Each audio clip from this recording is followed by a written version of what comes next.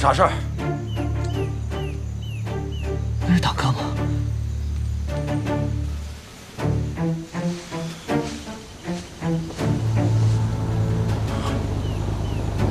千山版本，美国鬼子的坦克。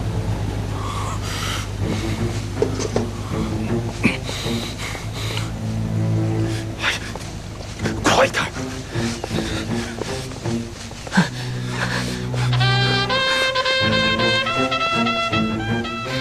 这谁啊？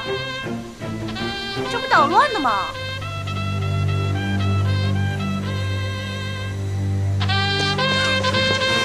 肯定是小鹿捣的蛋，在哪儿呢？不是让他看着的吗？你快点吧，憋死了！尿都憋没了。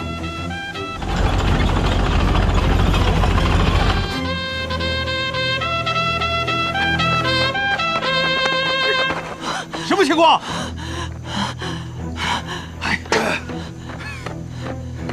美国鬼子坦克，方位、数量啊，10点钟方向，数量没说。准备战斗！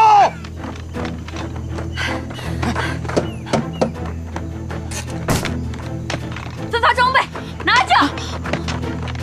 哎，你真的看到坦克了？美国的。好多。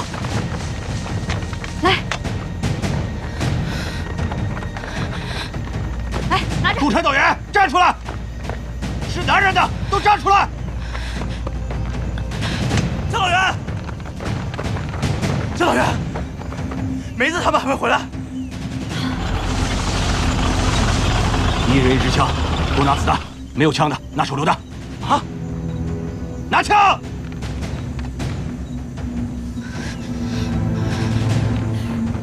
老白，怎么不说？你跟车走，没有人压阵不行。原路返回，速度要快，我们顶不了多久。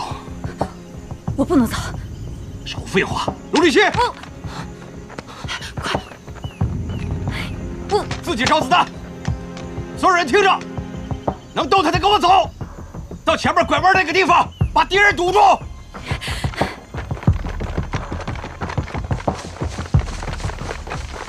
防空团的都上车！上车，快点站，快上车，快！防空团的都上车！快点儿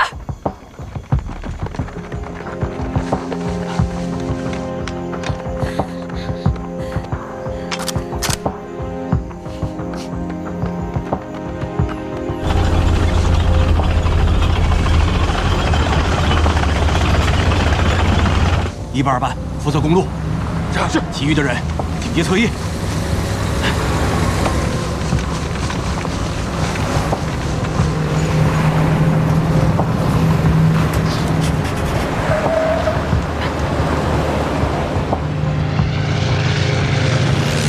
空袭！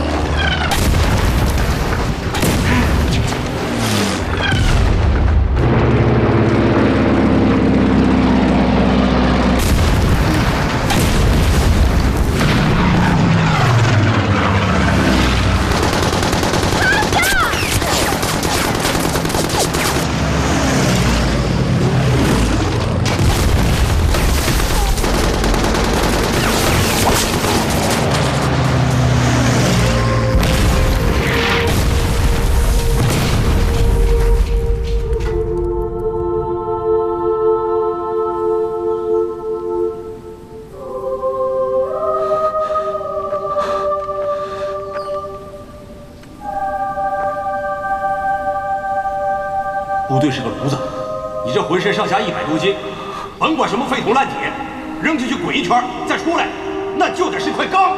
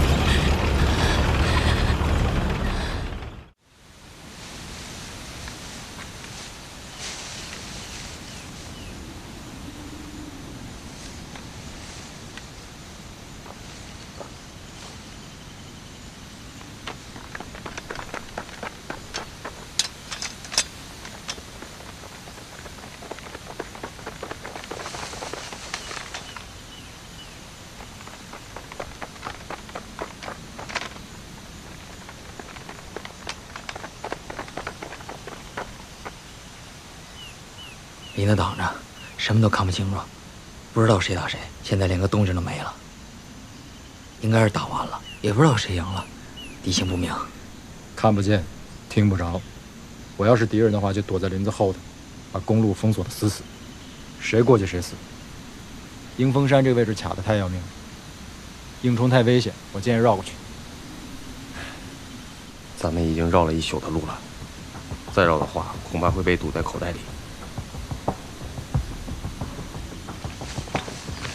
50米原地迎接，其他所有人等候命令。高进、李长河，跟我走。是是。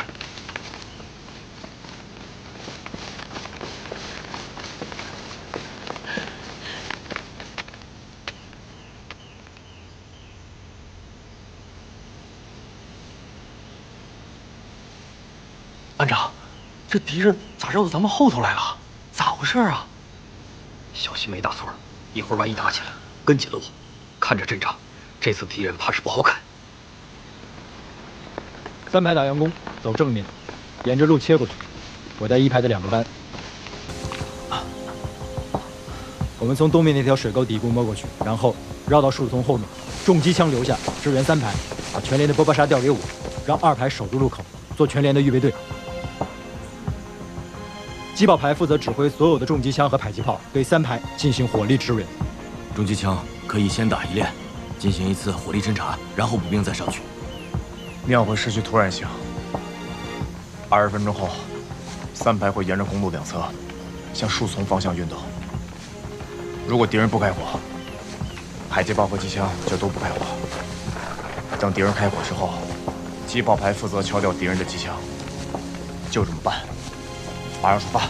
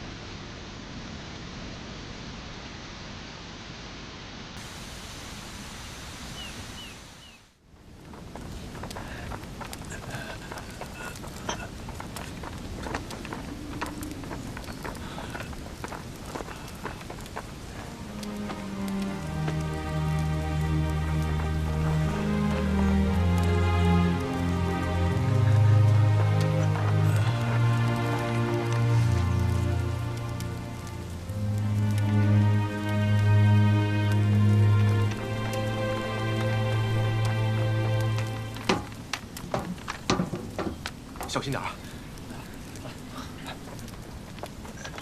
慢点。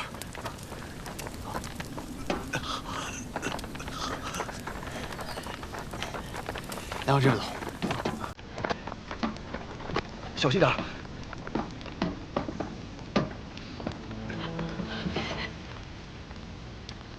好，放下吧。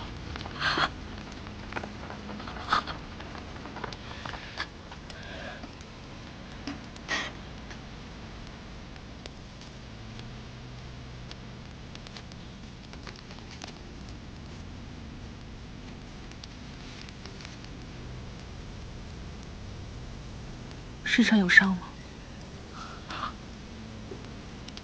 后面有卫生员。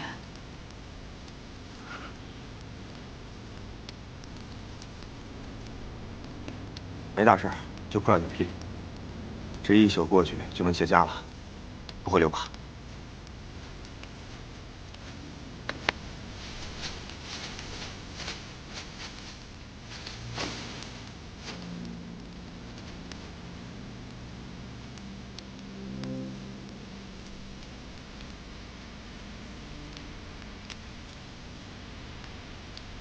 你们人都在这儿啊？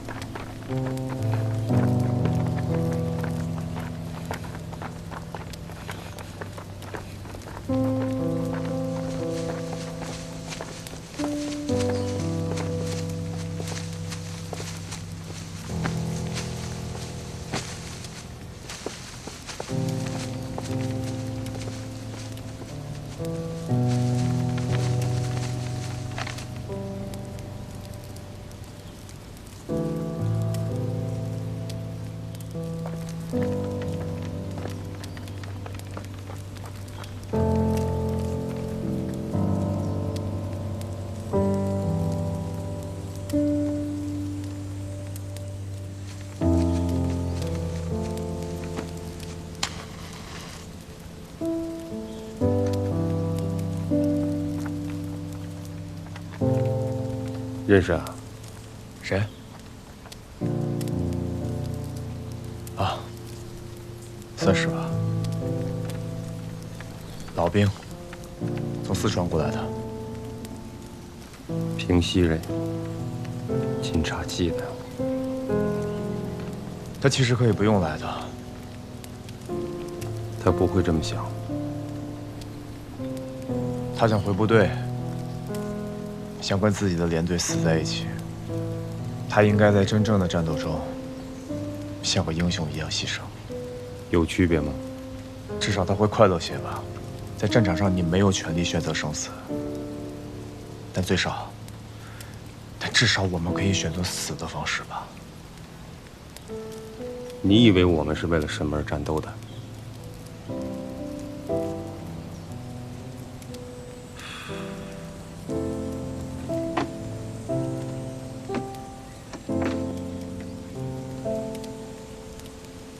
都长得跟花骨朵似的。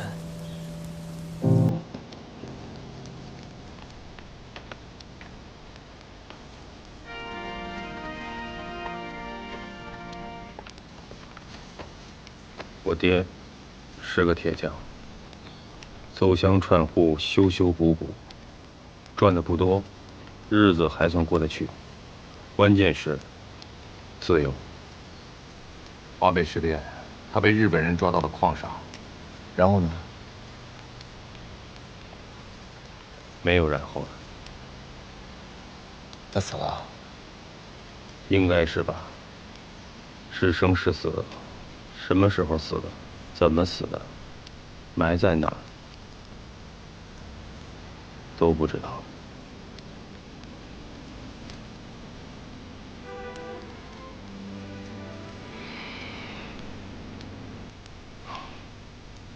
对不起。没关系。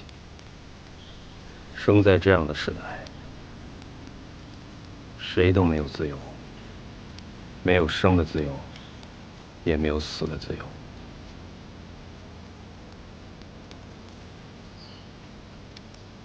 他其实可以选择的。他已经选择了。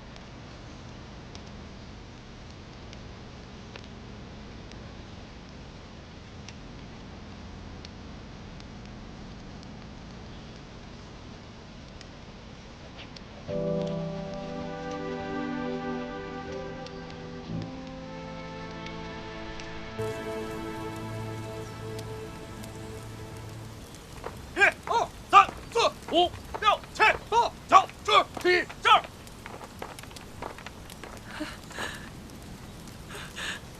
队长，我怎么办？身上有伤吗？能走吗？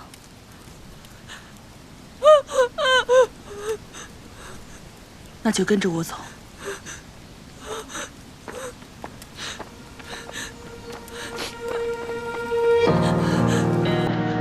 站，向看齐，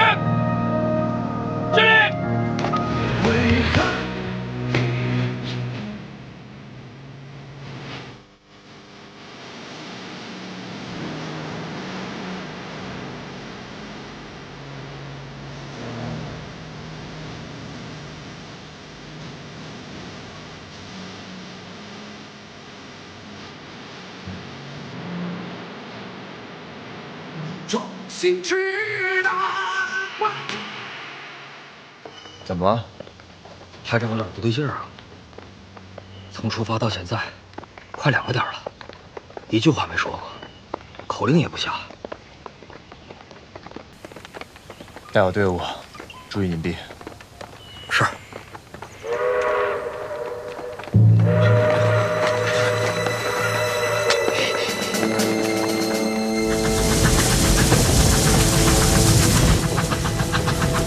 走，快走，快走！隐蔽。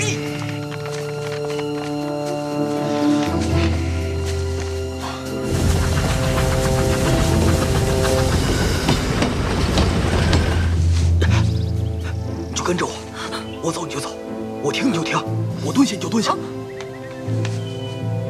会有吗？老婆，有，给我把门关上。是。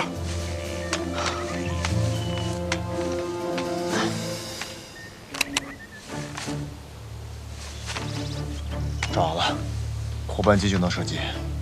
记住了，我朝哪儿射击，你就朝哪儿射击。我要不开枪，你也不许开枪。明白？明白。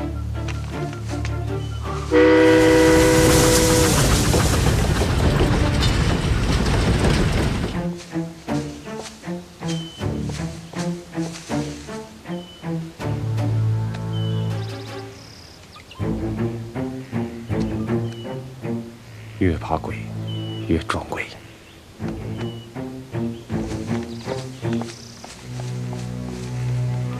前面是个火车站，不小啊。红梅这是日本人修的，有几个大老美，2塔楼一边一个，一挺机枪，天桥上还有俩，地面上估计还有一个。地儿挺大，我估计屋里边还有人。走。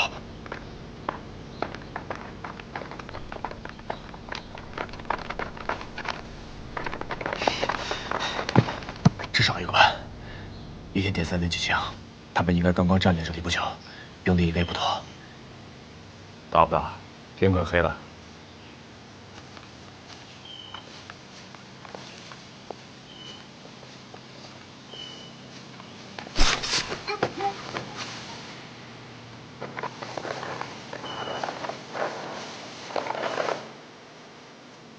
Hey! Who's there? Join Captain at you!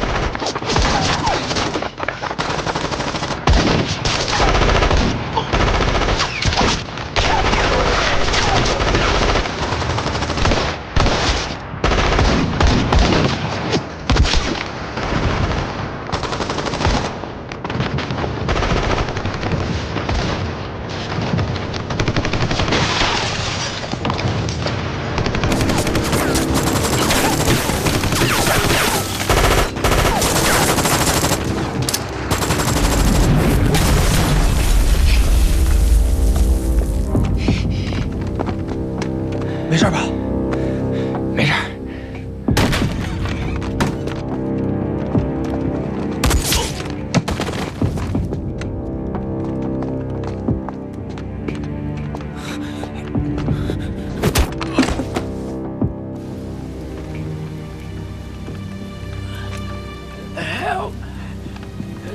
Help me!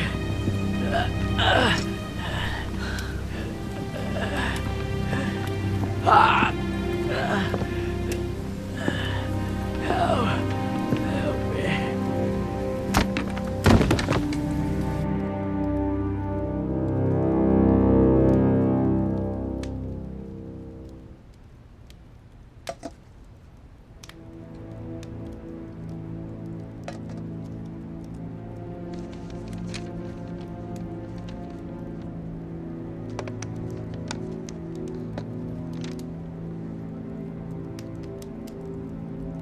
明天早上6点半，有列满载的军列从这里通过，所以他们才会守在这儿。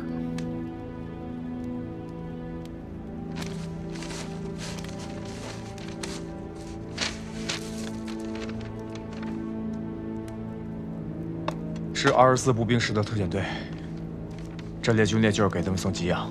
特遣队是个啥编制？一个团还是一个营？他们将近有800人。加强营？他们的长官叫布莱尔，军衔是中校。虽然只有800人，但实际配备了12辆坦克、8辆装甲车、4门自行火炮，还有18辆卡车。文工团白天遇到的，应该是他们的一个小分队。他们的任务是啥？沿公路快速推进，占领汉江以南所有的主要道路，封锁汉江主要渡口，建立防御工事。这是要包饺子。这并不是美军的惯用战术，应该是针对咱们专门制定的新策略。咱是以营连为单位，向敌后纵深进行穿插迂回。老美喜欢维持战线平整。现在这个特遣队应该是带轮子的运动战，就是这个概念，以装甲化、机械化的小股部队单点突进，在我们的后方进行大纵深的穿插和迂回，破坏我们的撤离行军序列，在交通要道建立起坚固的支撑点，破坏我们的作战秩序以及建制完整，迟滞我们的行动速度，为主力部队的战略展开和歼灭行动提供条件。也就是说，咱现在就是人家罐头里的肉。你那还有水吗？这边还有。你们带吃的了吗？我不饿。哦，是这儿是吧？咱们在这儿吧。就是浑身使不上劲儿。亮子，哎，有。给他们弄点吃的。是。你什么意见？你左倾，你冒进！我告诉你，你别给我乱扣帽子！我没给你乱扣帽子。我们现在最紧要的是找一条最安全的撤离路线。这列专列是干什么用的？它是给敌人输送补给用的。我不管它是干什么用的，从这儿到南最少还有130里地。这是特遣队。对，就是这种特遣队，它不止一个。这些特遣队太扎手了。我告诉你，只要他们建立起补给线，他们就能建立起阵地。到时候咱走不了不说，只怕一个团、一个师，甚至一个军都会被跟着困在里头。看啥呀？找我说点啥？我支持指导员，我们只是一个连队。我们看到的只是整个战场上的一根头发，战略问题不是我们应该考虑的。我们现在首先要考虑的是全连的安全。我们接到的任务是撤离。二排长，你也说两句。干。2票对2票，老规矩，党支部会议表决。李排长，一班长、3班长也在呢，连长和指导员叫开会，党支部会议。好。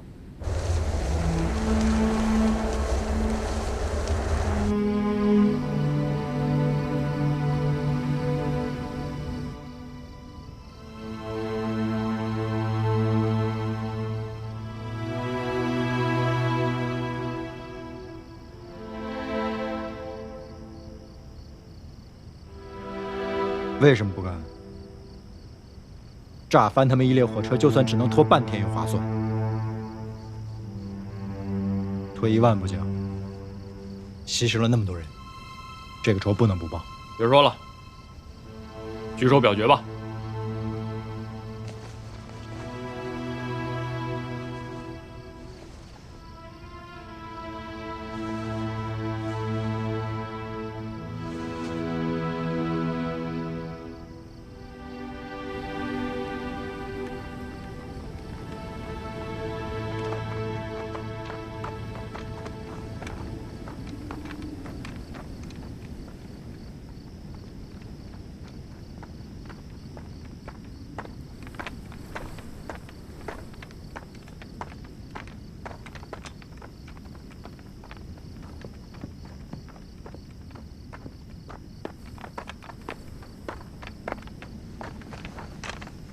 通过了。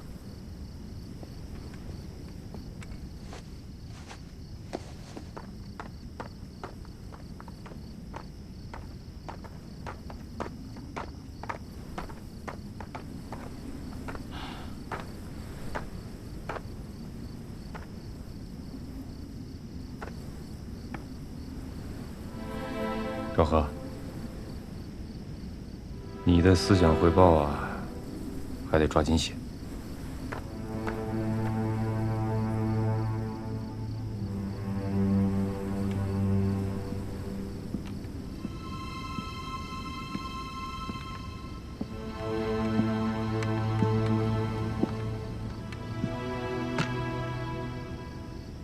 饿不饿？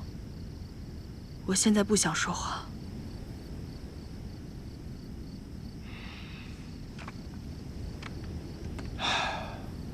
1年半以前，在南宁，一排长那个时候看我的眼神啊，和你今天差不多。说起来，我现在倒是挺理解他的。大苗不像我，他喜欢音乐，他平时自己会写谱子，配合弦。我离开文工团之前，他已经递交了转业申请。他想调到地方乐团工作，那才是适合他的地方。我要是不走的话，他的申请估计会批下来。可我这一走，文工团没了主官，他就赶鸭子上架了。你在自责？有时候你真的很难知道自己做的选择到底对不对，或者说，你觉得对的，未必就是对；你觉得不对的，也未必就真不对。那你为什么离开文工团啊？行，不想说就别说啊。每个人都有选择的权利。选择有吗？要是有选择的话，大苗就不会来这里，很多人就不用死在这儿了。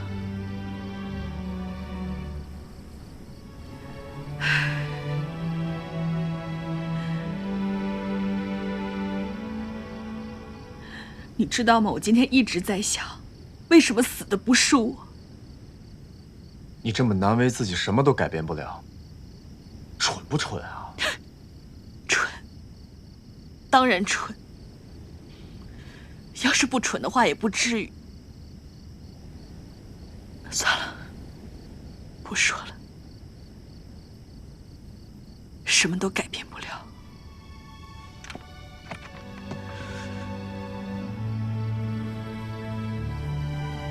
我觉得3万有点不对劲。正常，谁还没个7情6欲？我有点担心啊。别瞎操心了，人家党龄比咱俩加起来都长。他一向冷静，今天的事情刺激到他了。要是全连都在咱们眼皮子底下牺牲了，我估摸咱也疯。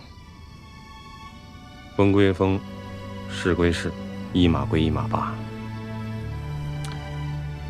人不是木头，那些丫头，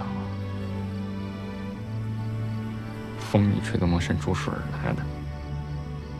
我都恨得牙根痒痒，何况三姑娘呢？那你就跟着她一起疯。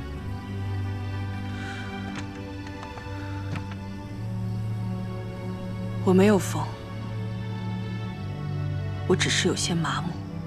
痛到极致，就是麻木。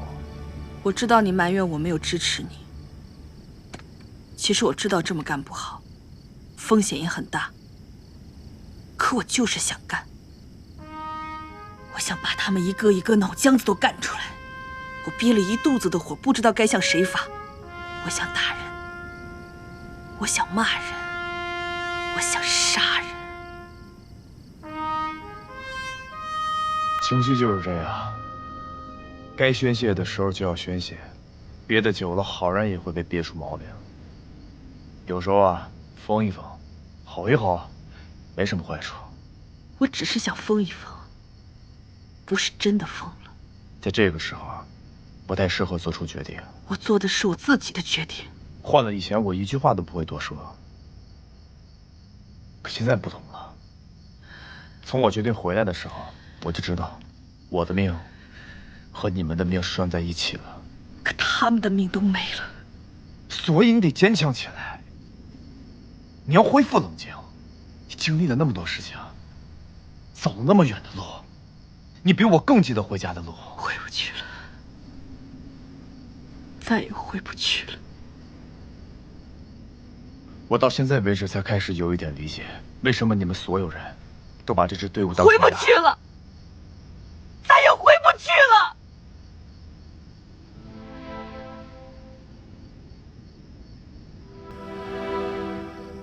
他们都回不去了。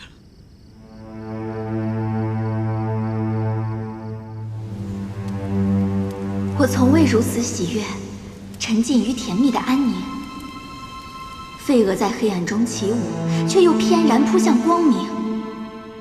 我从未如此彷徨，徘徊于忐忑的爱情。黄鹂在树梢头歌唱，期待着雄鹰的聆听。我愿栖息在你宽阔的羽翼下，回味岁月的宁静。我愿投身在你熊熊的烈焰里，融化酷寒的坚冰。跨越生死的记忆，只留下你的姓名。穿越战火的足迹，请带上我，携手前行。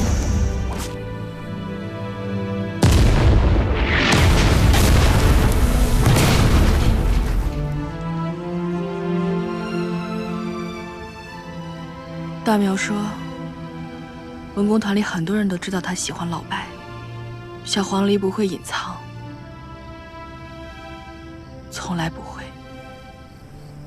老白子知道吗？这首诗是他写了用来表白的，信写好了，他把它放在口袋里，应该是在等适当的时候，偷偷地塞给他的教导员。所以就折成了纸鹤。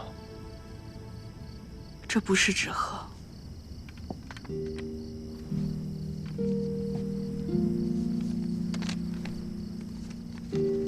是鸿雁。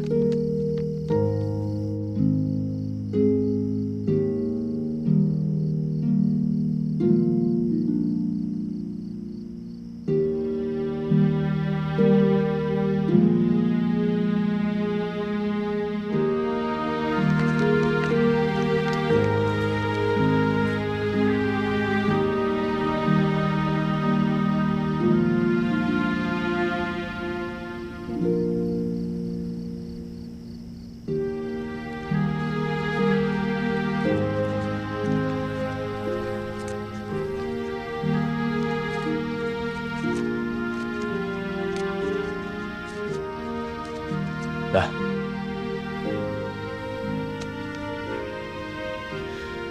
亮子给你的，他也给你了。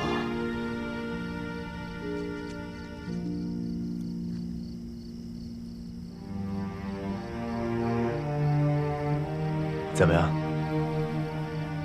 不错。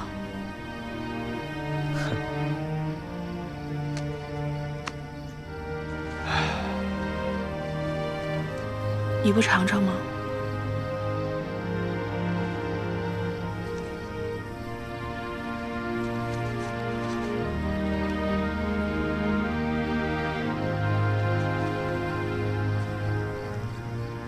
不错。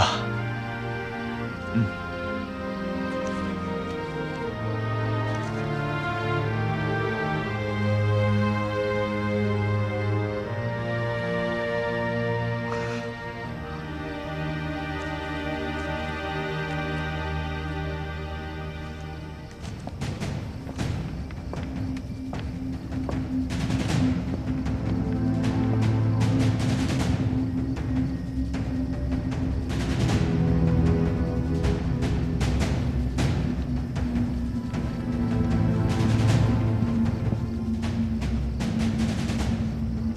三姑娘，时间差不多了。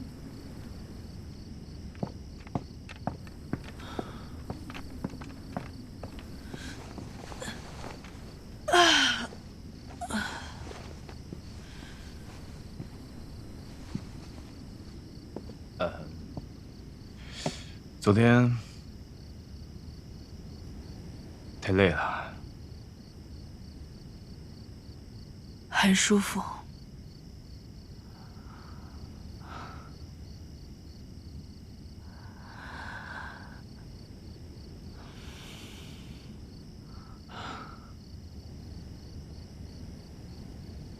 走吧，正队出发。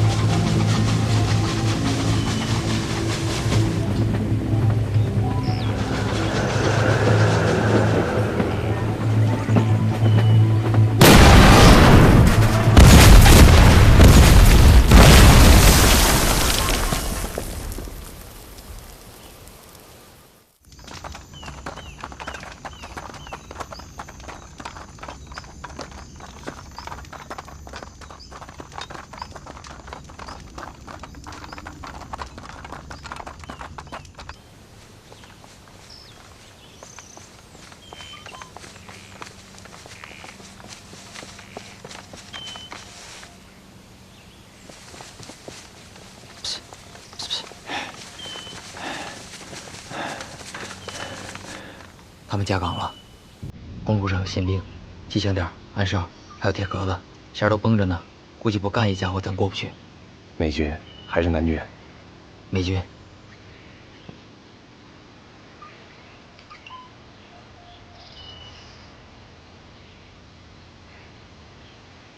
铁盒咋不动呢？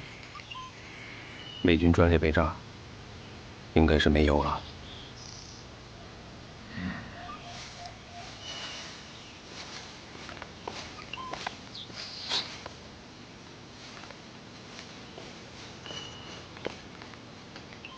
公路巡查很紧，火力搭配很密集，白天肯定是过不去了。要想穿越公路，只能等晚上了。美军的速度很快，后续部队正在昼夜跟进。昨天碰见的只是一个特遣队，现在在这个区域活动的，很有可能是整个第24步兵师。明天南军也会跟上来，他们有足够的兵力，把这里像篦子一样搜一个遍，连老鼠都逃不掉。要等到晚上，我们得在这儿整整待1个下午，太危险了。越靠近交通线越危险，越靠近难走的山区越安全。只要穿越这条公路，我们就离江边不到60里地，1个晚上就都能查。我们在美国人的鼻子底下，很容易被闻见味儿。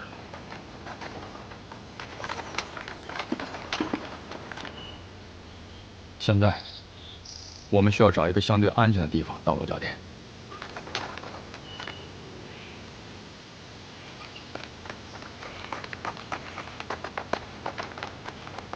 等到天黑，再返回来。往东南方向走10几里路，有一个老地方可以再用一下。那个地方敌人也知道，知道不代表进得去。4个轮子在那儿不灵光，得靠2条腿走过去。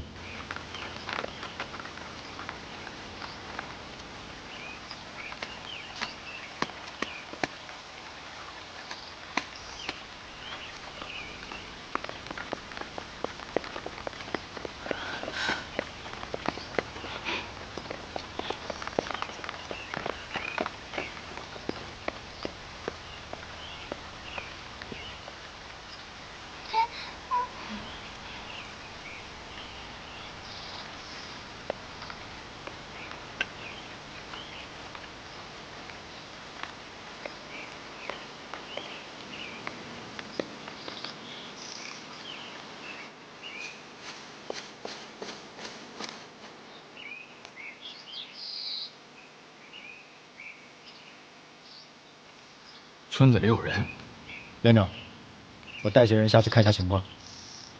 100负责警戒，让200去。3万洞朝监狱，执行命令。去。是。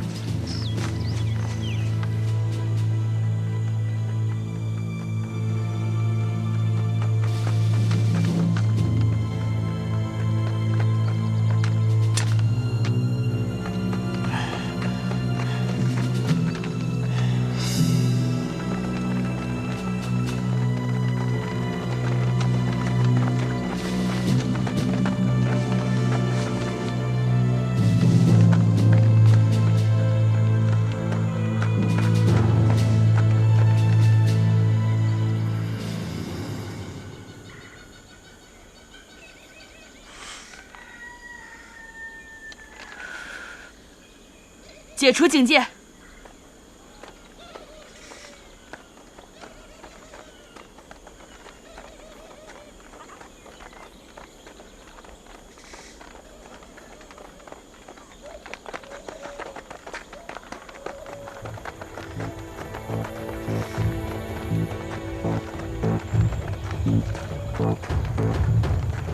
谁？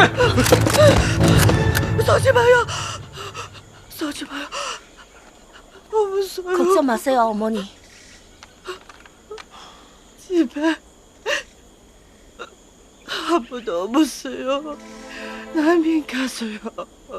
아들도 갔어요. 他说啥呢？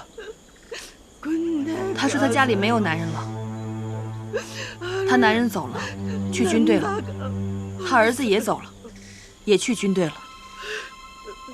村子里已经没有男人了。 갔어요. 괜찮아요. 일어나세요, 어머니. 저희는 아무도 데려가지 않을 거예요. 걱정 마세요.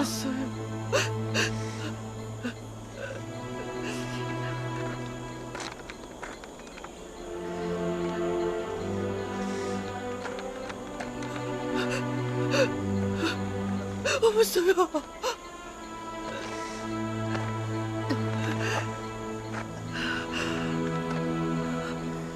우리 상과 김씨는 들릴 수 있어요. 그러나 거기는 없어요. 자녀한 사람이 없어요. 걱정 마세요.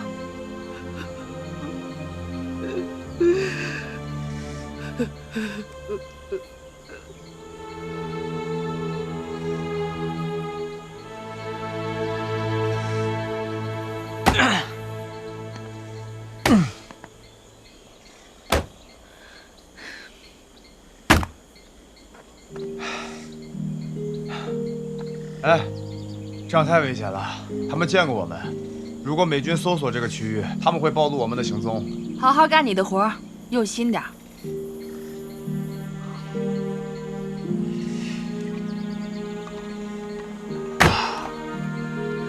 真笨！你用力的时候，胳膊要放松。劈柴是劈成块儿，不是砸成沫子。差不多得了，我是战车兵，又没学过砍柴。说的挺简单的。来，你来。你呀，就是思想改造不彻底。放着，我来。来，给我挑块大的。挑块大的是吧？我给你挑块大的。起开！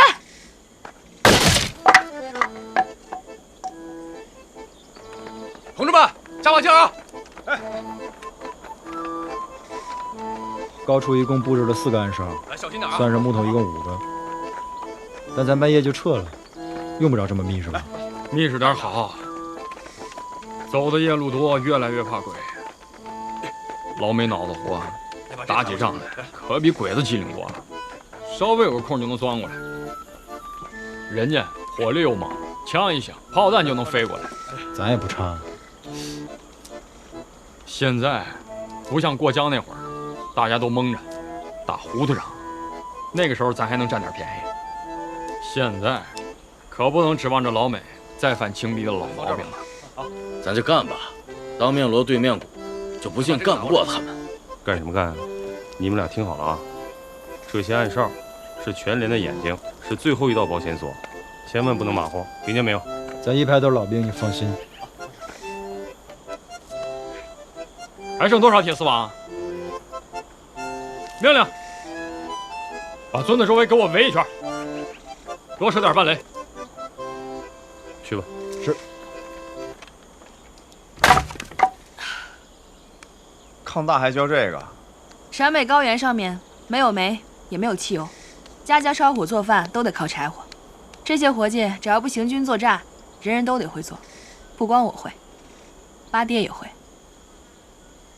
原先听说你们官兵一致，我还以为只是穿衣服一样的。不稀奇，八爹不光会劈柴，种地也是一把好手。伺候庄稼、种瓜、种菜，拿起来就干，干得比谁都好。边区有一年搞种菜比赛，他还拿过第2名呢。第2名，第1名谁啊？周总司令。谁？同志们，加把劲啊！哎。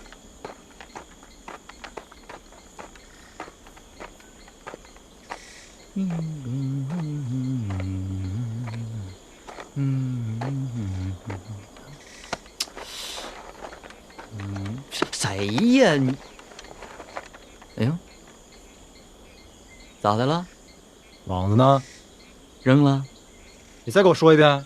不是那玩意儿死不是铁峰，人老美用车了，咱们扛着翻山越岭又不方便，我扔了。谁让你扔的？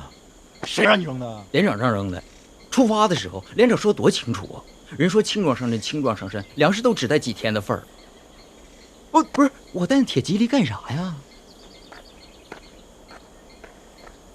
咋的了？你急的呢？你咋不把那宝贝罐头给我轻装了呢？别老拿我罐头开玩笑。多大点事儿啊？是不是连长又要了？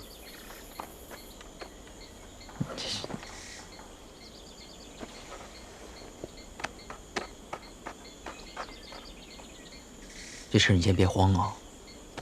不是，咱排不是没带吗？人3排带了，啊。滚！还。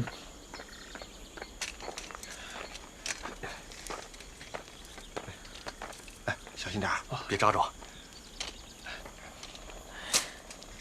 死沉死沉的。来，给我。排长，这一排长纯粹欺负人啊！他凭什么给咱下命令？他也是排长，你也是排长。他一句话，咱们就颠颠的，上赶着又出东西又出力，连个客气话都没有。你瞅臭鲶鱼那个臭德行，哎，要不是他们一般把东西扔了，哪有今天这出？弄得他反倒像是立了头等功似的。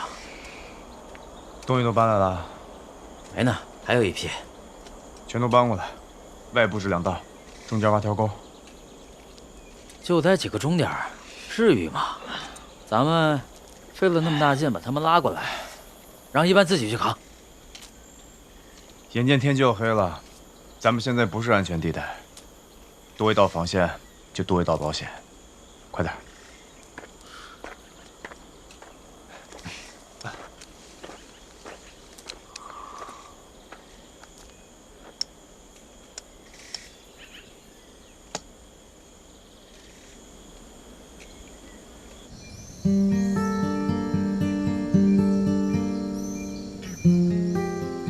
那次呀，我都以为我挺不过去了，当时伤得不重，就是怕发炎。后来啊，我们排长看了看我，让瞎子给我找药，找一种叫磺胺的，就是一种消炎药。嗨，你们排长原先是我们队长。不是，哎呀，我记岔劈了。我们那排长不是现在的排长，我们那排长啊，这当时受伤了，所以三湾姐才当了我们的排长。是3排长？对，就是现在的3排长。哎，别说啊，你俩还挺像的。他是那边的人，你俩都会说洋文，都那么洋气。当汉奸的人才会说洋文。我不准你那么说我们排长，我们排长才不是汉奸呢。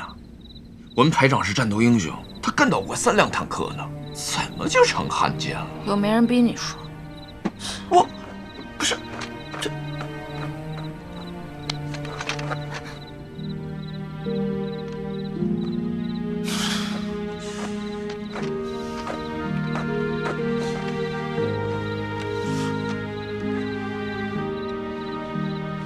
你别在意，他是冲我，不是冲你，更不是冲你们排长。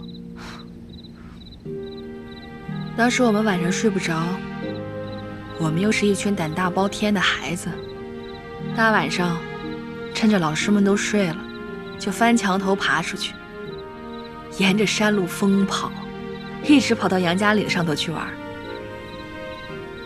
陕北没有电灯，一到晚上到处都是黑漆漆的，只有杨家岭上彻夜亮着灯。没人管你们？有啊，保育院的老师们对我们都很好，只不过晚上累了，睡得迟，我们就跑出去了。我年纪最大，兰兰比我小1岁。哼，这2个小姑娘。兰兰可不是小姑娘，她是男孩子。你别打岔，我没说完呢。你说。我们夜里跑出去，跑到杨家岭上去疯跑、捉迷藏，烤白天藏起来的苞米，那可是杨家岭。警卫团的暗哨其实早就发现我们了，但不是敌情，就没有管。后来是中央管理处的人接到电话，才把我们抓回去。挨训了？才没有。后来我们去了书记处的会议室吃烤红薯，直到保育院的凌院长亲自过来接我们。其实我们排长真跟你挺像的，他会吹口琴，你会吹喇叭。那不是喇叭，那是小号。小号？这是小号啊！哎，这吹起来比喇叭好听多了吧？你看啊，这个是号嘴儿，这个是号管，这个是调音器，这个小号呢，它有很多种音调，像我现在吹的这个是降 B， 如果我要跟钢琴一起合作的话，那我就要升2个大调。回去以后你能教我吗？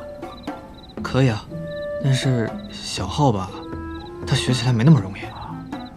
你首先得练气，然后呢，我教你认谱子。回头呀，我再教你几句英语单词。啊，行。我们还能回去吗？回得去，当然回得去了。我以后得让我们排长叫我杨文，你得叫我小浩。哦。你说你爷爷中了秀才，然后呢？不是秀才啊，是光绪30年，甲辰科进士。过了1年以后啊，朝廷废了科举，他们那一科是最后一个，真正是受任官的，只有那么少数几个人，都是西学学得好的。我爷爷在北京待了2年，对时局彻底失了望，就回了四川。当时有些人在成都发起了游学预备学堂事务，他也报了名，但是他并不是为了出国游学，只是为了看看西学到底是什么样的精深学问。后来呢？乱世求学，哪有那么容易啊？咽不下这口气罢了。我爷爷在学堂学了几年，西学没弄明白，倒是因为他的国学底子厚，被学堂看中，当起了教书先生。直到保路运动爆发，他跟他的同学、同事都上了街，参加了保路同志会，被赵尔丰的兵用枪把把锁骨都打断了，到现在肩膀上还有个坑呢。那算起来，也是老革命了。他对革命2个字是深恶痛绝的。我父亲当年要离家到广东考军校，被他关进祠堂里面抽了20大鞭，之后给我父亲定了门亲事，就是我母亲。当时就在我父亲的婚宴上，当众立了家训，成家之后不得踏出家门半步，除非生个1儿半女，否则不会让他走的。你父亲离开后去了哪里呀？先是上海，报考了无线电学校，后来就有好多警察来家里面找人。我和我娘才知道我父亲他出了事儿。我7岁那年，他突然捎了一封信回来，说是和一个姓李的先生去了东北，他死在了老爷岭。日本人砍掉了他的头。46年，我去过牡丹江，曾经去找过他的坟，可惜无论我怎么找都没能找到。所以高考后我报名参军。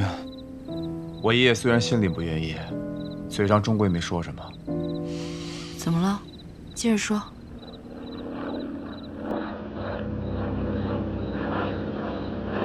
这什么呀？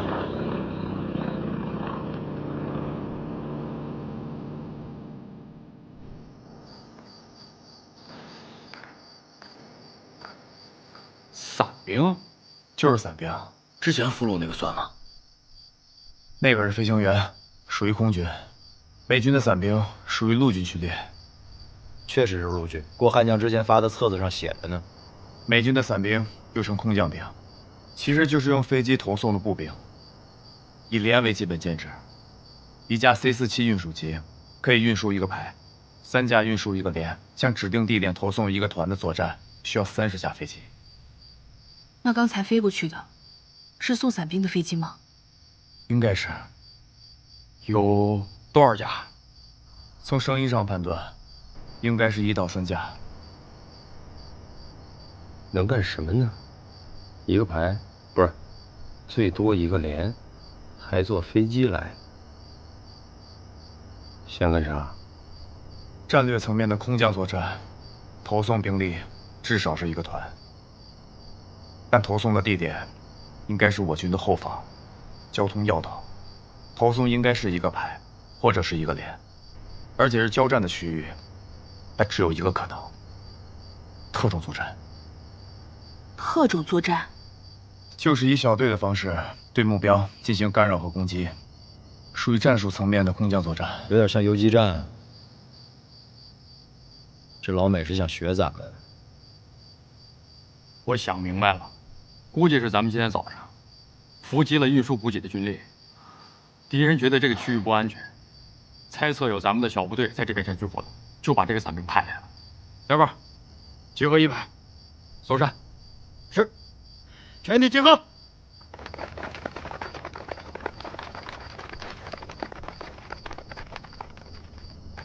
我觉得黑着天未必能找到人。能不能找到，找了才知道。连也好，排也罢，总不能放着不管让人打过来。就算是真有，那不管是一个连还是一个排，那得多少人？从那么高的地方跳下来，谁知道飘到哪儿？总不能说一个排捆在一起往下跳吧？你懂啥？醒醒，排长，嘘，快点，把大家叫醒。出啥事儿啊？快！起来，起来，起来，起来！集合了，集合了，起来！醒醒，起来，起来！集合，集合，快！集合，集合！起来了，快醒醒，醒醒，快快起来！集合！哎，班长，班长，又出啥事啊？废什么话！排长命令，2排集合，快！集合了，快！集合了！排长，排长，快从村子后面撤出！是。不要走门，走这边。哦，走。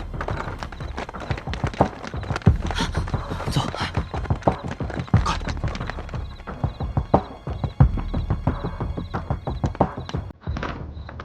以战斗小组为单位，迅速撤离村子，注意阵型，不要掉队，不要密集。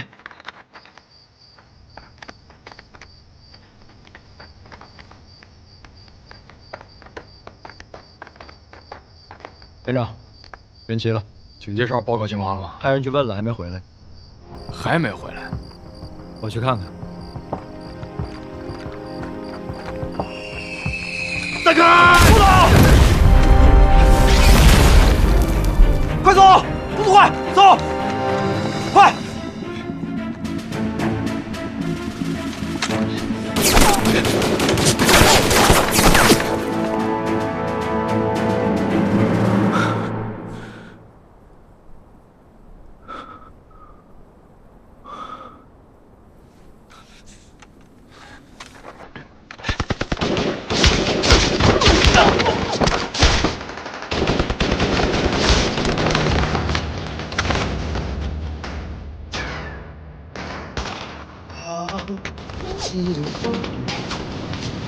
辽阔的城，起潮战迎风，青春似火，热血歌声，纵横沙场的旋律，那是凯旋的冲锋。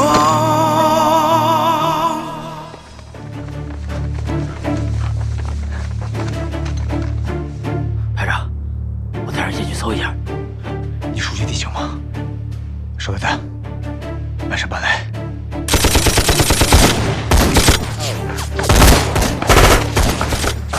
是大桶！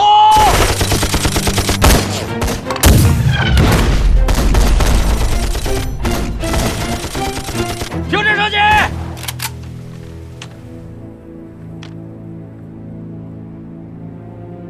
！200米达警戒，清点伤亡人数。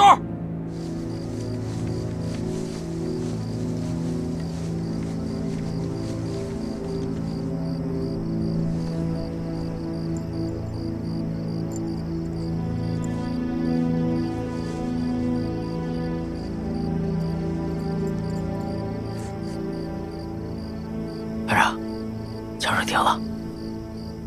8班向2翼放出警戒哨，7班、9班准备射击。机枪和掷弹头设置在那里。是。班长，什么情况？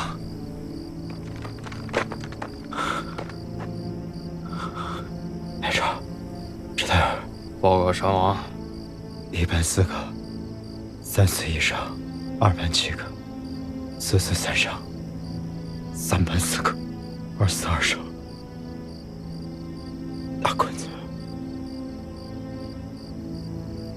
大坤子咋了？没了。赵和刚才就建议立刻撤出村子，转移。转移个屁！大成，听我的，咱们从这儿撤出去。5分钟不到，连个人毛都没看着，就伤亡了16个人。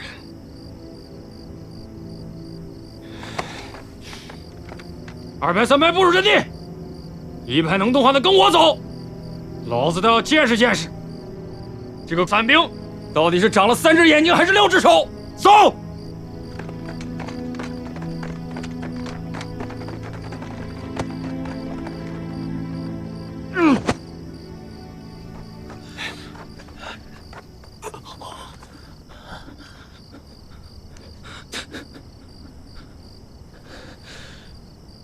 到底啥毛病？中了没有？命还真大。啥意思？擦破9块皮，连轻伤都算不上。这不是你的血。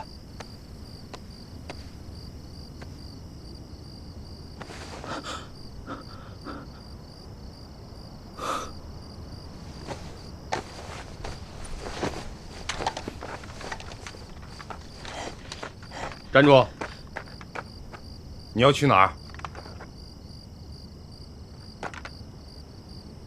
找连长跟天放。你去找2排长，看看2排的情况。我是1排的兵，那你就不是4连的兵吗？行，我服从命令。告诉赵和，不要擅自行动，听候命令。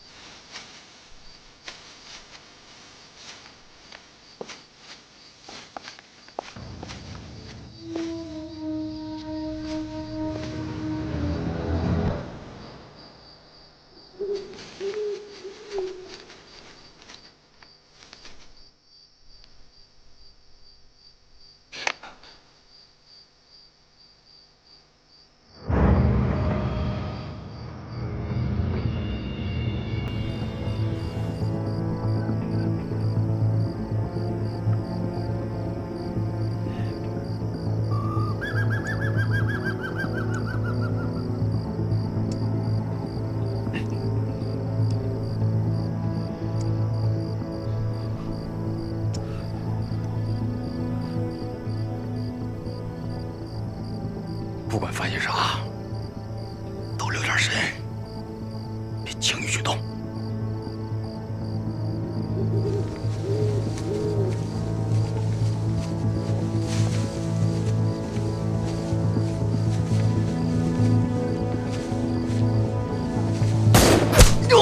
不许给我！石头，背他回去。是。走。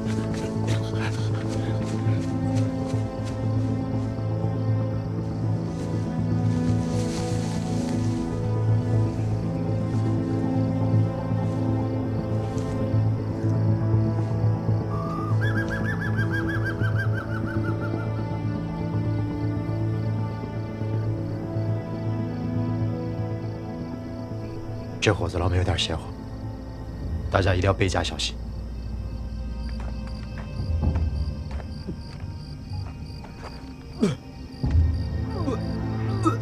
是一班长。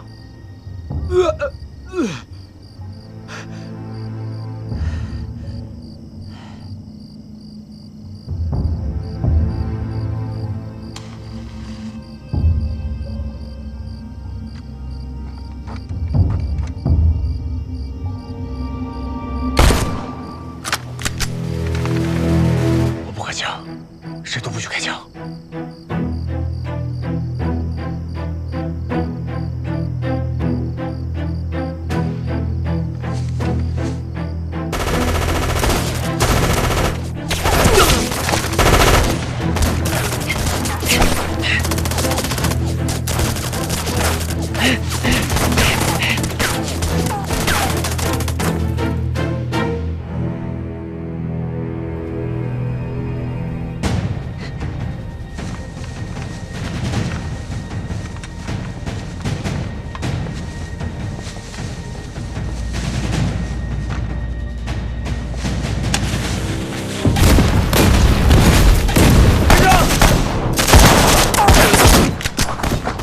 是莫辛纳甘，咱们的人。3排交上火了。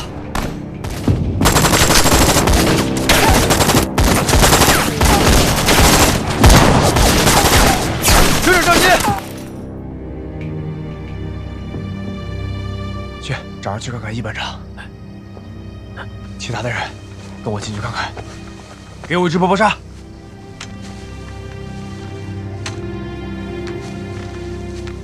走。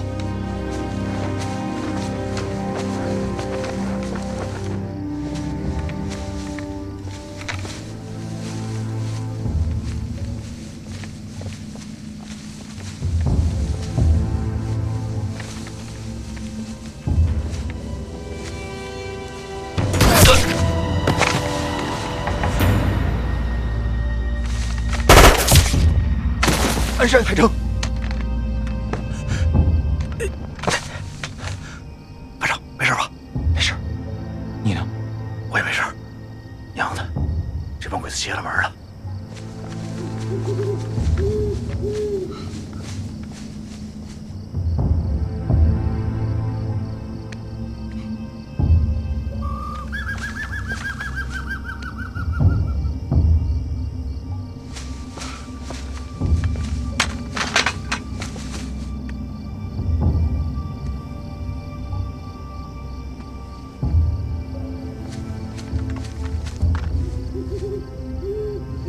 看出啥来了？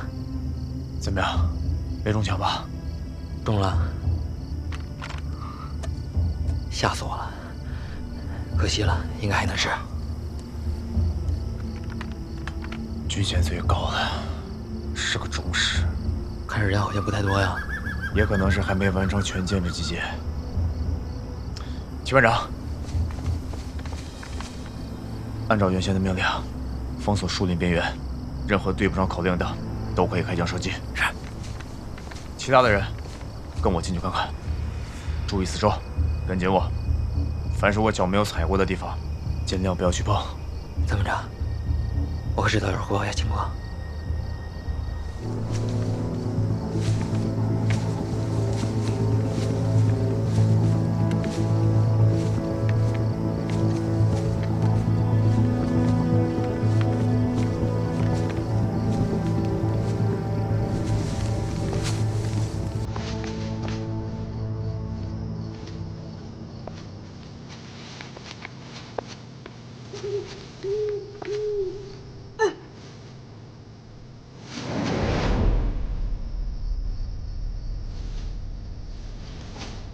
栓子，活着刚回事。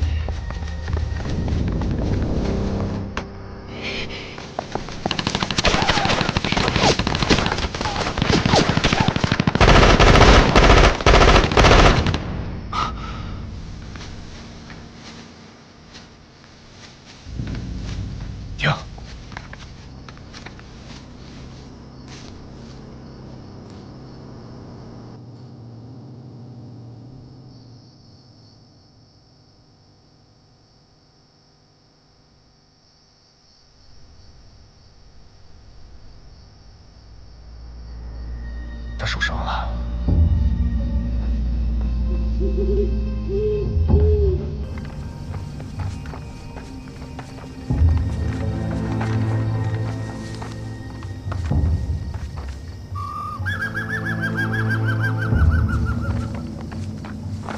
隐蔽。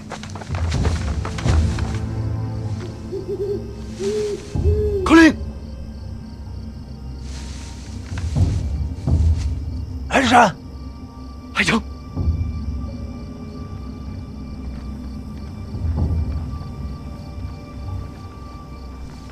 3排在树林边缘布置了阵地，他们从侧翼进攻，被打了回来，打了4个，伤了1个。他们往哪边撤了？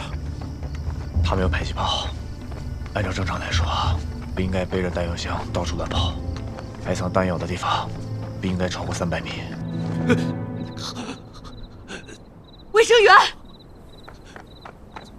处理伤口。好，坚持住。来个人帮忙。姚润莲，哟，清理伤口。好，陆立新，过来。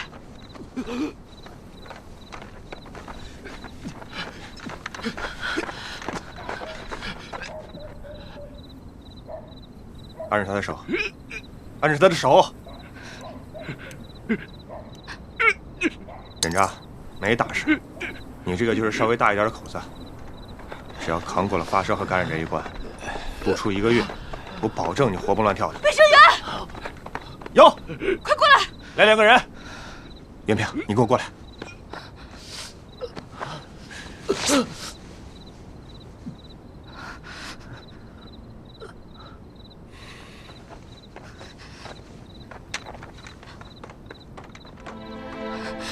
陪他说说话吧，让他睡得舒服点。失血过多，血压太低了，现在没处给他输血去。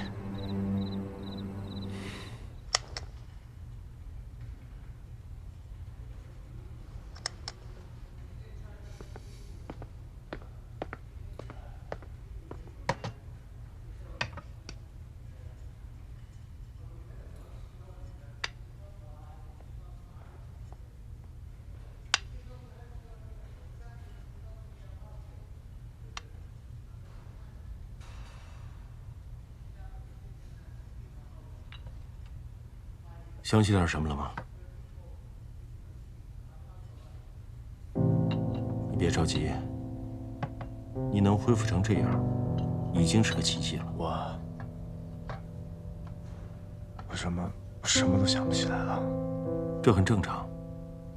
脑组织和神经系统的再生是科学问题，但是认知能力和语言能力的恢复，却属于概率问题。赵国同志，早上8点到晚上8点呢，你可以自由活动，但是大夫来查房，你得在。有什么问题呢，你去跟护士去说。医院呢会给咱们留守站打电话。如果把你的脑袋比喻成一个图书馆，所有信息以一本一本书的形式存放在不同的区域，而认知能力就是索引和目录，所有的东西都在。但是你必须重建索引和目录。要多久啊？这是你3个月的津贴，一共18万，你点点。如果呢，你能找到一个点，就能抻出一条线，拉出一个平面，然后构建一个立方体。多久？只要你能记得1+1等于2，那么你学开微分方程只需要1秒钟，只要你学过。这是你的军装，要是憋坏了呢，你就出去转转，反正离这个市区也近，想吃什么买什么东西的也方便。人民剧院啊，周末会有演出，到时候拿着咱们的军官证就能直接入场。这边房上有，哎，有了，哎，这好，但是你要想起1+1等于2，也许需要1天，也可能需要1个月，甚至可能永远也记不起来。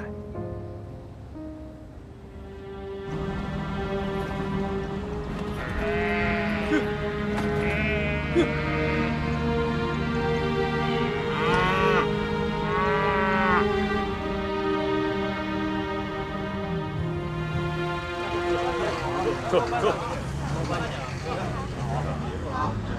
看一看啊，看一看。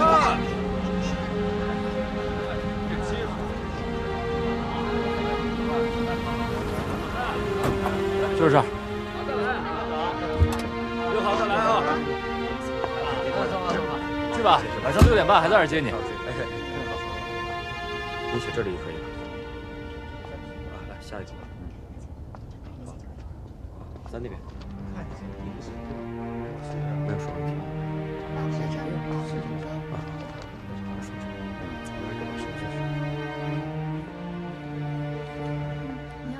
啊？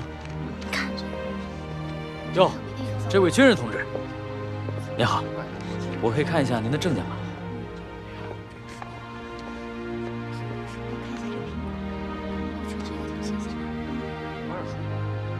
来，排长同志，请随我来。来，来这边，来让一下啊！来，给您包好。哎，劳驾，谢谢啊。我来吧。哎，各位顾客同志，请大家发扬一下你们的风格，让一下咱们这位志愿军同志先买，好不好？我不买。哎，这边请。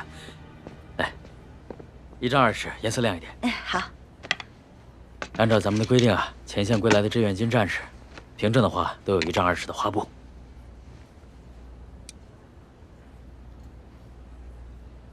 多少钱？当然是免费的呀。哎，快点啊！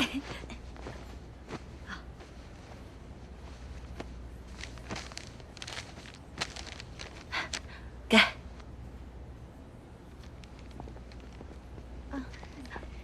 按照规定啊，你还有1斤白糖、2斤水果、2斤干果，然后还有3斤鸡蛋、1条鱼、1斤红肠。另外啊，您还有1双瑞福祥的厚底布鞋。谢谢。这些啊都是免费给您的。这买的有点少吧？这还是太多了。实不相瞒，我要不是实在赔不起的话，这矿石收音机我都想免费送您1台。是啊。要是您想买的话，对，我就收您一个成本价。谢谢啊。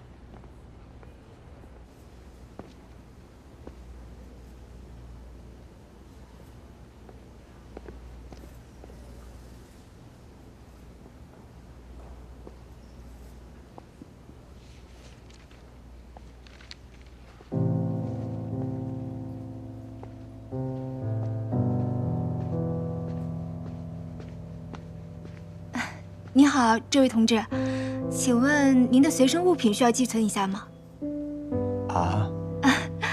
您给我吧。好。您放心，东西放在我们这儿啊，一件都不会少的。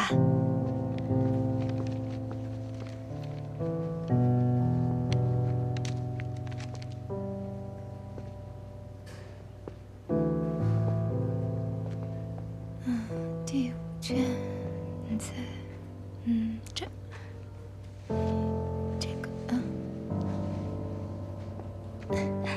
你好，同志，请问您想看点什么书吗？新书。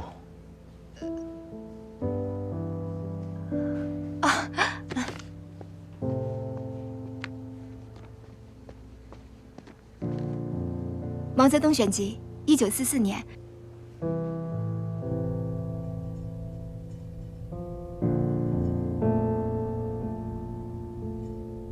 在朝鲜的每一天，我都被一些东西感动着。我的思想感情的潮水在放纵奔流着。我想把一切东西都告诉给我祖国的朋友们，但我最急于告诉你们的，是我思想感情的一段重要经历。这就是我越来越深刻地感觉到，谁是我们最可爱的人。朋友们，用不着多举例，你们已经可以了解我们的战士是怎样一种人。这种人有一种什么品质？他们的灵魂多么的美丽和宽广。他们是历史上、世界上第一流的战士，第一流的人。他们是世界上一切伟大人民的优秀之花，是我们值得骄傲。我们以我们的祖国有这样的英雄而骄傲，我们以生在这个英雄的国度而自豪。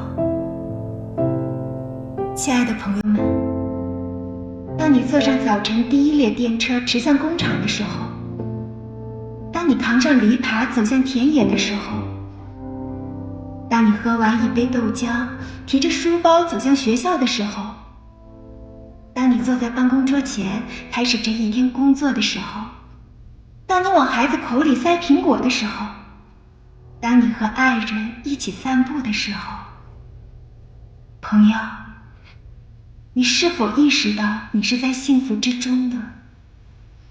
你也许很惊讶地说，这是很平常的呀。可是，从朝鲜归来的人会知道你正生活在幸福中。请你意识到这是一种幸福吧，因为只有你意识到这一点，你才能更深刻了解我们的战士在朝鲜奋不顾身的原因。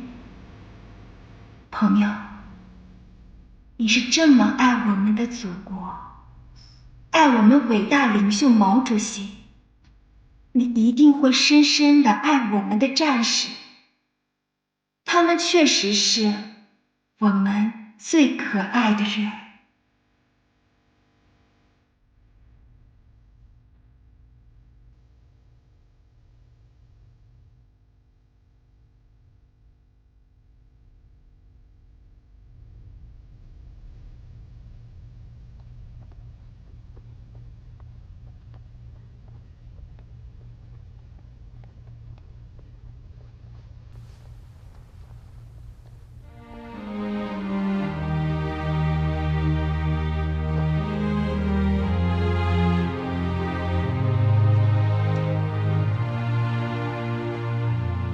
志愿军同志，同志，您能给我签个名吗？签什么呀？什么都行。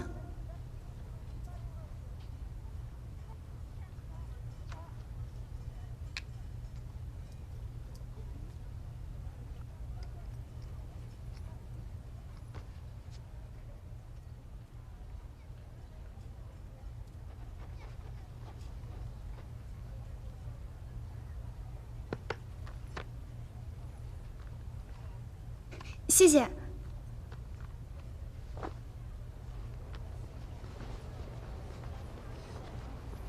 我能给您写信吗？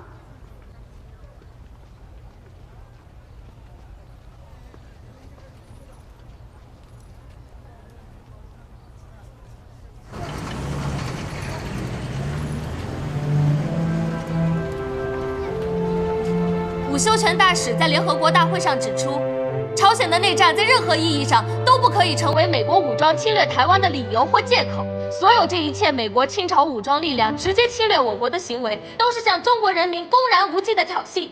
中国人民绝对不能容忍，中国人民从不也永不害怕反抗侵略战争。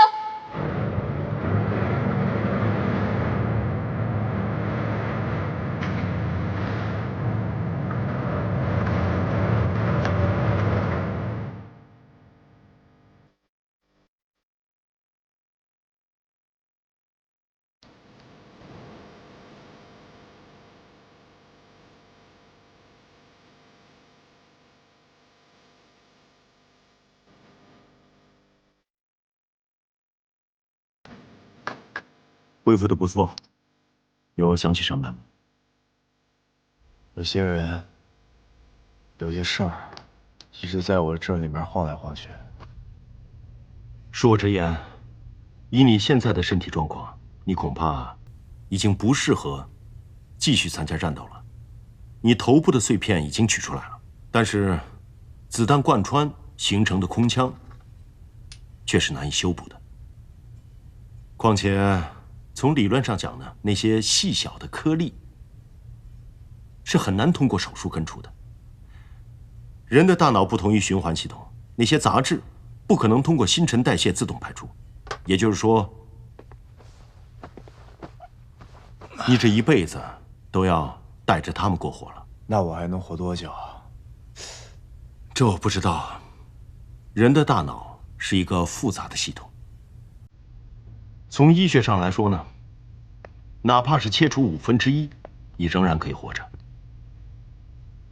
况且实际上，你往这个系统里面扔一颗黄豆，也可能把它卡住。到目前为止，我要跟你说的是，你的外伤已经痊愈，但是呢，后遗症、并发症随时可能发生。以后你可能会没灾没病，平平安安的活100年。但是也可能在明天早上死于脑溢血。但是最大的可能就是，你脑中的残留物会在某种程度上引起思维障碍。其实啊，在某种意义上来说，现在的你，并不是个完整的你。那我还能回去吗？回哪里啊？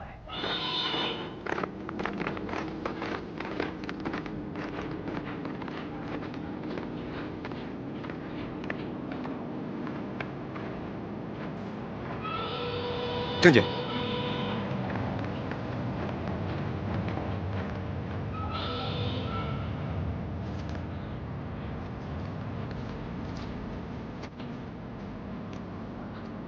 我来吧。给这位排长同志让个位置，他是上尉归队。0200留守处，来吃饭。来吃饭。白面的白，老师的师，模范的范，白师范。走吧。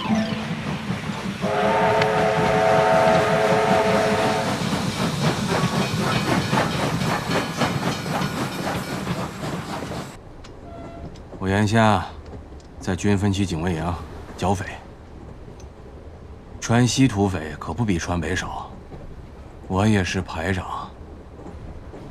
部队开拔的时候，我还在医院。后来追到泊头，紧赶慢赶，还是没赶上。哎，你是从前线下来的？仗打完了吗？不记得。啊？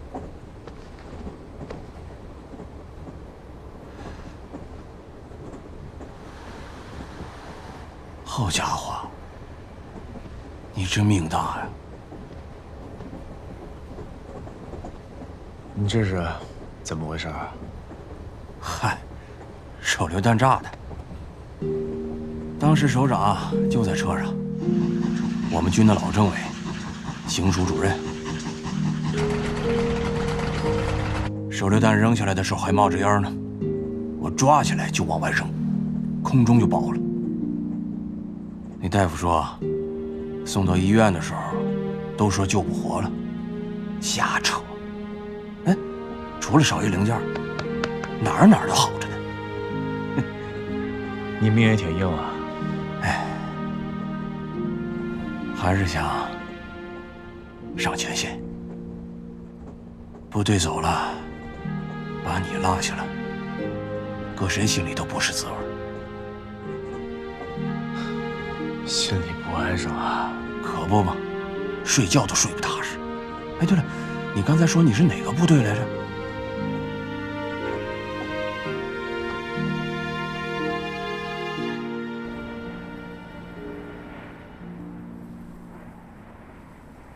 这个姓马的啥来头啊？马修是名字，美国人的名字搁在姓的前头，他的姓叫李奇微。啊，都一个样。不，这姓李的是啥来头啊？情报上说，他是美军陆军的参谋长，2次世界大战时期，也就是咱们抗战的时候。他是82空降师的师长。通报上说，这个姓李的收缩战线，加强补给，同时又拉长了咱的战线，让咱这后勤补给跟不上来。没见着那什么麦克阿瑟的比他有多强？也不能这么说，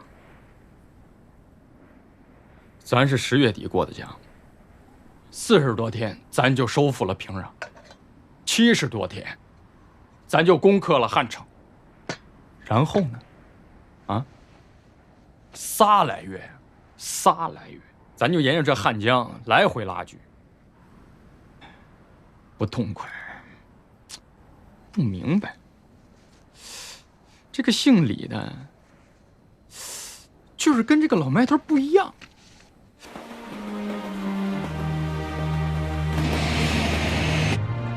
李奇微和麦克阿瑟不一样，他是伞兵出身，考虑问题的时候啊，更注重战斗相关的细节，气候、地形、兵力、火力、对手的特征、敌情、我情这些个因素。麦克阿瑟将军是从战略层面上来考量，而李奇微是从战术层面上来考量。打个比方说，麦克阿瑟这个总司令，他是以师和团为小单位进行战役部署，而李奇微呢，是以营和连为小单位进行战役部署。都直接指挥到营和连了？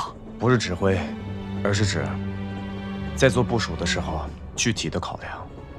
也就是说，对于底下的部队所遇到的具体困难和具体问题，麦克阿瑟顶多考虑到师长和团长一级，而李奇微能考虑到营长和连长一级。那为啥？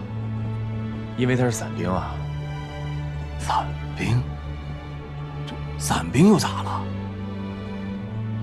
一个师的兵力就这么从天上这么飞下来，很有可能会分散在几十公里甚至上百公里的范围内。也就是说，在这样的作战条件下，如果你是师长，从飞机上跳到地面上以后，你指挥的很可能不是一个师，不是一个团，甚至不是一个营，而是一个连，甚至一个排。啥玩意儿？一个排？那他这师长还咋当啊？没办法，事实上，能有一个排就不错了。在空降作战当中，就算一个师长身边连一个兵都没有，身上一把枪都没有，都是很正常的。因为一架 C-47运输机最大的运载兵力，也就是一个排，而且这一个排跳伞的时候，还未必都能跳到同一个地方。作为指挥员，也只能因漏就捡，能收拢多少兵力，就使用多少兵力来作战。有收拢一个排就用一个排，有一个班就用一个班。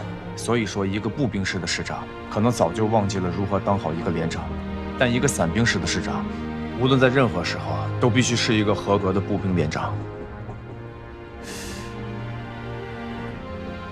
呀，不是，你咋懂这么多呢？